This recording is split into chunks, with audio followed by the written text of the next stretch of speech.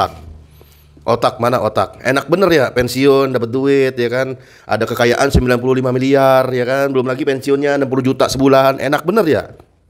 Oh maksudnya Indonesia maju tuh yang kayak gini. Indonesia maju dia sendiri yang maju. Rakyatnya bodoh amat gitu. Rakyatnya masa bodoh lah ya kan. Indonesia punya gua gitu mungkin ya. Jokowi pensiun dengan kekayaan 95 miliar. Rakyat langsa nggak punya dana pensiun gimana? Ya coba. Ini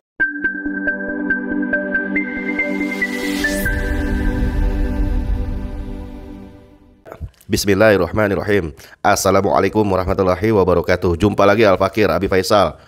Pada kesempatan hari ini Rabu 16 Oktober 2024. Bagaimana keadaan saudara dan keluarganya? Semoga sehat walafiat, mulia, barokah. Amin. Allahumma amin. Amin ya rabbal alamin. Masih panjang umur perubahan, panjang umur perjuangan. Gak mau berubah, gak mau berjuang. Apa kabar otak? Otak mana otak? Enak bener ya pensiun dapat duit ya kan. Ada kekayaan 95 miliar ya kan. Belum lagi pensiunnya 60 juta sebulan. Enak bener ya.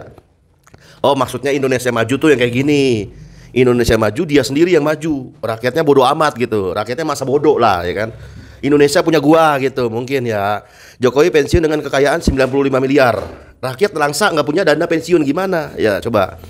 Ini orang ini, makhluk ini coba pergi ke Tamrin, ke Sudirman, sono pergi ke sudut-sudut kota lah, nggak usah di kampung, nggak usah di desa, ke sudut-sudut kota lah, di tengah-tengah kota. Coba lihat orang ini, makhluk ini, coba lihat pakai matanya, ya melotot, ya kan? Itu banyak ojol pakaiannya lusuh, entah makan juga kagak, ya kan? Itu perhatiin tuh, rakyat. Belum ada Grab yang mobil-mobil itu ya kan? Yang ojek tapi bentuknya mobil. Coba dia perhatiin dah tuh satu persatu tuh rakyatnya sendiri. Perhatiin nggak? Apa selama ini cuma taunya istana, pesawat pribadi, jet pribadi atau begitu atau gimana? Apa taunya kehidupan di dalam doang, dalam istana, yang di luar masa bodoh gitu kan? Yang penting rakyatnya itu rakyat yang ada di dalam istana beserta menteri-menterinya itu rakyatnya dia sendiri gitu kan. Terus rakyat yang di luar nggak dianggap. Jangankan jauh-jauh ya, jangankan jauh-jauh di kota. Dia ada di Istana Negara, ya kan? Istana Negara dekat Monas.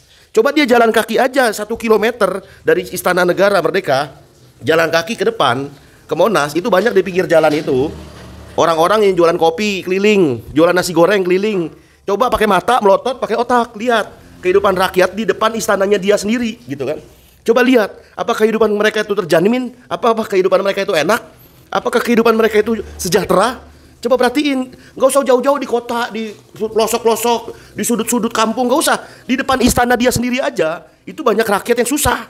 Yang jualan kopi pakai sepeda, jualan kopi keliling, yang 2.000, 3.000 kopi itu ya, sampai begadang-begadang sampai tengah malam coba. Sampai tengah malam, sampai jam 11, jam 12, jam 1, jam 2 itu banyak pedagang-pedagang kopi di depan istana. Di depan istana yang kalau kita lihat Monas itu depannya Monas, ya kan? Di sekitar situ coba aja lihat dulu pakai otak gitu. Kalau punya otak itu juga. Kalau punya dengkul ya nggak tahu dah. Jangan tanya saya ya kan. Karena Al-Fakir ngalamin sendiri kemarin ya kan. Kemarin sidak sendiri, sidak langsung ya kan, walaupun bukan pejabat, sidak. Lihat di depan istananya Jokowi di Jakarta. Itu banyak orang-orang masih susah, kategori tidak sejahtera gitu loh. Lantas bagaimana bisa kok 95 miliar ini duit bisa ketelan gitu? Bisa gitu. Nah, terus harta kekayaan dia sebelum menjabat, saat menjabat, atau setelah menjabat, atau harta kekayaan dia saat jadi gubernur Jakarta, harta kekayaan dia nih makhluk ini saat jadi wali kota Solo, itu diaudit. Disidik gitu, ada penyelidikan gitu loh. Jadi nggak asal aja, pensiun, hore, 95 miliar, asik, tiap bulan dapat 60 juta, seumur hidup.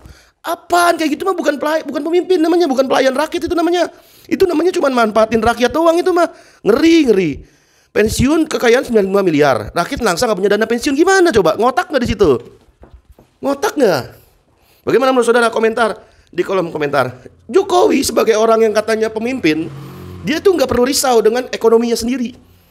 Dia nggak pernah risau juga dengan ekonomi rakyat, bodoh amat kayaknya. Daya beli turun, di mana-mana pasar banyak yang tutup sejak pandemi corona, covid preketek itu ya kan. Di mana-mana tutup, toko tutup, kayaknya dia nggak peduli. Impor barang dari Tiongkok, dari Cina, dari apa, kayaknya dia nggak peduli. UKM hancur, toko-toko hancur, usaha kecil menengah hancur, dia nggak peduli kayaknya. Deflasi 5 bulan berturut-turut, dia nggak peduli kayaknya. Yang dia peduli cuma perutnya sendiri kayaknya. Diduga kuat ya kan. Hal ini sangat bertolak belakang nih, punya kekayaan 95 miliar, dapat duit 60 juta tiap bulan seumur hidup, ya kan kalau pensiun, bertolak belakang dengan nasib rakyat Indonesia. Ya kan? Rakyat Indonesia juga kayak gitu juga, ya kan, kebanyakan kena bansos cuman ratusan ribu, ya kan. Dapat PKH sekian receh, jutaan receh. Udah bilang terima kasih Jokowi. Preketek lah. Apa ya terima kasih, jelas, yang jelas dia ini, orang ini, makhluk ini, dia pensiun gak akan bisa tenang. Kenapa gak bisa tenang? Karena dari Solo, yang namanya dari Solo kampungnya, dia kan pensiun katanya tidur ya kan. Dia pensiun, nanti setelah ini pensiun akan tidur ya kan. Yang jelas di Solo itu akan ada banyak aksi demi aksi demi aksi demi aksi. Perlawanan itu dimulai dari Solo. Bagaimana? Bisa tidur nggak tuh? Ya kan? Bisa apa sih namanya? Contoh skala lokal aja ya. Saudara pernah nonton sinetron kan? Itu namanya RT RW. Kalau masalah aja, kalau bermasalah RT RW-nya, ya kan? Itu di demo warga sampai RT-nya itu nggak bisa tidur. Nah, apalagi ini seorang yang namanya mantan kepala negara. Dia ini kalau ada kesalahan, terus rakyat yang di kampungnya sendiri aja demo, terus dia bingung dia mau kemana dia. Tentulah panik luar biasa. Panik, ada yang panik. Bukan lagi panik takut diganti, tapi takut yang namanya ditawur rakyat kali apa gimana, nggak tahu dah. Itu mah urusan rakyat lah, bukan urusan Al-Fakir. Yang jelas kan dakwah kita dakwah tanpa kekerasan, nggak boleh kayak gitu. Ini ada tulisan bagus dari Bang Ahmad Kozhinuddin. Waduh, Bang Ahmad Kozhinuddin itu ada ceritanya, ada dari saudaranya di Solo, teman-temannya di Solo, Dr. Muhammad Taufik, akademisi advokat senior Surakarta melalui Pengadilan Negeri Solo, bahwa Dr. Ahmad Taufik mengonfirmasi bahwa hari ini Selasa telah diajukan upaya hukum judicial review terhadap peraturan pemerintah nomor 26 tahun 2023 tentang pengelolaan hasil sedimentasi laut yang menjadi dasar legalisasi ekspor pasir laut ke Singapura. Kita semua tahu bahwa pasir ekspor laut, air laut ya kan, pasir laut, meski dengan cover sedimentasi substansinya sama, yaitu merusak lingkungan, ya kan, dan mematikan mata pencarian nelayan dan menjual kedaulatan batas wilayah negara kesatuan Republik Indonesia. Nah, di ranah hukum perdata, malah Habib Rizik Syihab, imam besar, mengawali perlawanan Jokowi dengan gugatan demi gugatan.